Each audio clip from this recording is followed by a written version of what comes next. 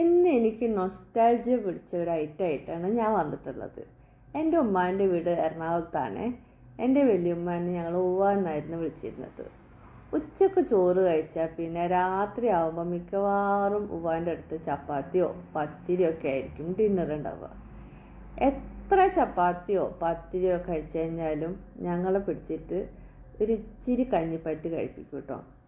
ഉവയും കഴിക്കും. ഉവ കഴിക്കുമ്പോൾ തലേ ദിവസത്തെ മീൻകറി കൂട്ടിയിട്ടാണ് കഴിക്കുക. തലേ ദിവസത്തെ മീൻകറിയിൽ കുറച്ച് കാന്താരി മുളകോ പച്ചമുളകോ ഒക്കെ ഞെരടി ഉവ കഴിക്കുമ്പോൾ കാണുമ്പോൾ ഭയങ്കര രസമായിരുന്നു. ഉവ കഴിക്കണം കണ്ടിട്ടാണ് ഞങ്ങൾ പിന്നെ കഴിച്ചു തുടങ്ങി കേട്ടോ. പക്ഷെ അത്ര എരിവിലൊന്നും ഞങ്ങൾക്ക് കഴിക്കാൻ പറ്റില്ലല്ലോ. അങ്ങനെ എരിവ് കുറച്ചിട്ടാണെങ്കിലും ഞങ്ങളങ്ങനെ കഴിച്ച് അങ്ങോട്ട് ശീലിച്ചിട്ടുണ്ടായിരുന്നു. ചിലപ്പോഴൊക്കെ തണുപ്പുള്ള സമയമല്ല ഇവിടെ ദുബായിൽ, ആ സമയത്തൊക്കെ ഞങ്ങൾ സ്ഥിരമായിട്ട് ഞാൻ കഴിച്ചിരുന്ന സംഭവമാണ് കേട്ടോ കഞ്ഞിപ്പറ്റ്. ഒന്നുമില്ല, ചോറ് നിന്ന് തിളപ്പിച്ച് കഴിഞ്ഞതിന് ശേഷം അതിലേക്ക് അന്നത്തെ ലഞ്ചിനുണ്ടായിരുന്ന കറികളൊക്കെ കൂട്ടിയിട്ട് കഴിക്കുക. കഞ്ഞി കുടിക്കണ അതേ ഫീലിംഗ് തന്നെ. ഇന്നത്തെ എൻ്റെ ലഞ്ച് എന്ന് പറയുന്നത് രസം, അയില പൊരിച്ചതും കോവക്ക ഉപ്പേരിയായിരുന്നു.